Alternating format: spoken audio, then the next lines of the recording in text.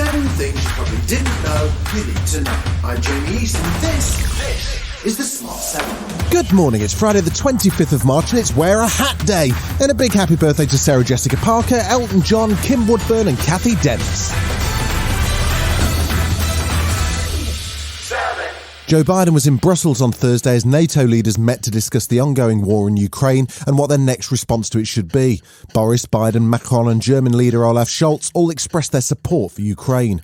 And NATO Secretary-General Jens Stoltenberg confirmed additional troops are on the way to Europe's front line. Leaders approved our 4 new battle groups in Bulgaria, Hungary, Romania and Slovakia. So we have 8 multinational NATO battle groups now, from the Baltic Sea to the Black Sea. US President Biden says NATO would absolutely respond if Vladimir Putin was to use chemical weapons in Ukraine, but he avoided committing to what kind of response that might be. We would respond. We would respond if he uses it. The nature of the response would depend on the nature of the use. Boris announced 6,000 additional missiles and further financial aid for Ukraine, but is still sticking to the principle of no direct military engagement against the forces of Russia. There isn't a Western democracy that's currently contemplating putting boots on the ground in Ukraine. Nor is there a country that is willing to enforce a no-fly zone in the way that we would so like to. Ukraine had more military success on Thursday against Russia, first with what appeared to be a missile strike on a giant Russian military transporter ship unloading supplies in Berdansk.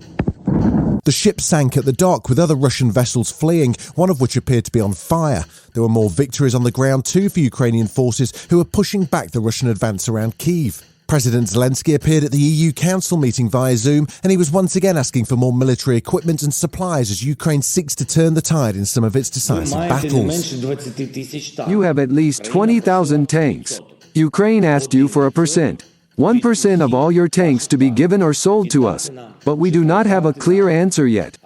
The worst thing during the war is not having clear answers to requests for help. It appears that up to 400,000 Ukrainian citizens have now been kidnapped according to Ukraine or rescued according to Russia and shipped to remote locations far from the border.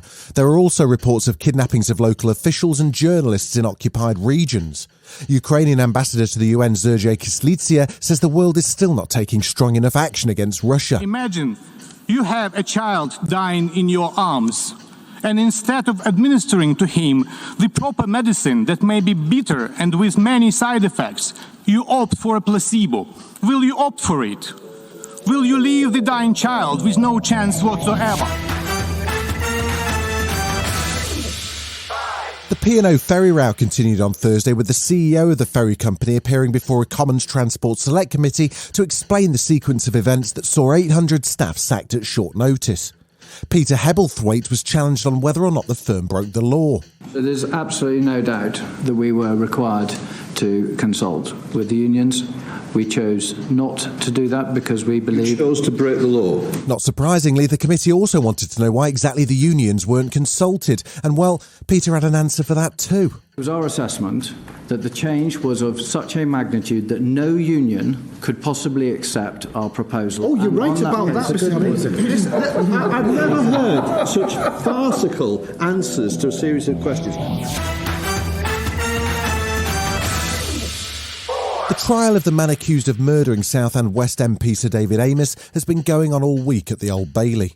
On Thursday, the jury saw dramatic body cam footage from the police officers who arrived at the scene of the attack in the Belfairs Methodist Church. The officers, who were armed with only a baton and some incapacitating spray, were faced by a suspect holding a knife. Drop the knife! Drop the knife! Mate, you can drop the knife!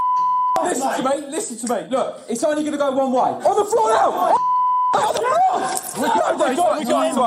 Right, search him. Right, mate, at the moment you're under arrest for murder. Do you understand me? The accused denies the charges of murder and preparing terrorist acts. The trial continues. Still to come on the Smart 7, World Cup playoff drama and The Godfather turns 50. Right after this. Welcome back.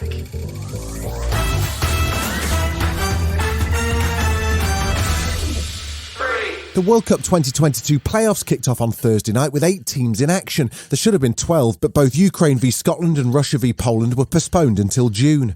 There are 3 different groups of 4 teams playing for 3 spots at the World Cup finals in Qatar.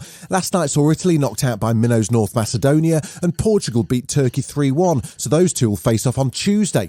Sweden v Czech Republic went to extra time, but Sweden won 1-0. And Wales beat Austria 2-1 thanks to 2 Gareth Bale wonder goals. Now they'll have to wait until June to see who they'll beat next, but Gareth is fine with that. Yeah, fantastic. Half the job done. I guess the good thing now we can enjoy tonight because the game obviously will be in June now. Half the job done. Still another very tough game against either Scotland or Ukraine, and we'll be ready for that when it comes.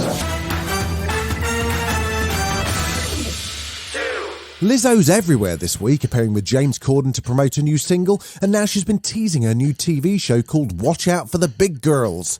It follows her as she looks for new dancers for a world tour, and she's looking for people who don't identify as skinny. She says she's just tired of the way bigger women are portrayed. I think there's definitely a stereotype, a stigma on bigger bodies. I'm doing Olympic level things in my field as far as music and performance. Dancing, singing, rapping, and playing the flute.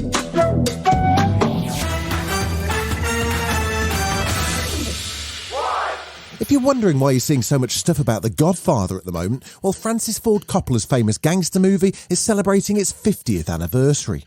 A crack team of archivists at Paramount have been painstakingly restoring and upgrading the original movie for a 4K HD release this year, and there's also a brand new 10-part drama series on Paramount Plus that tells the story of the making of the movie.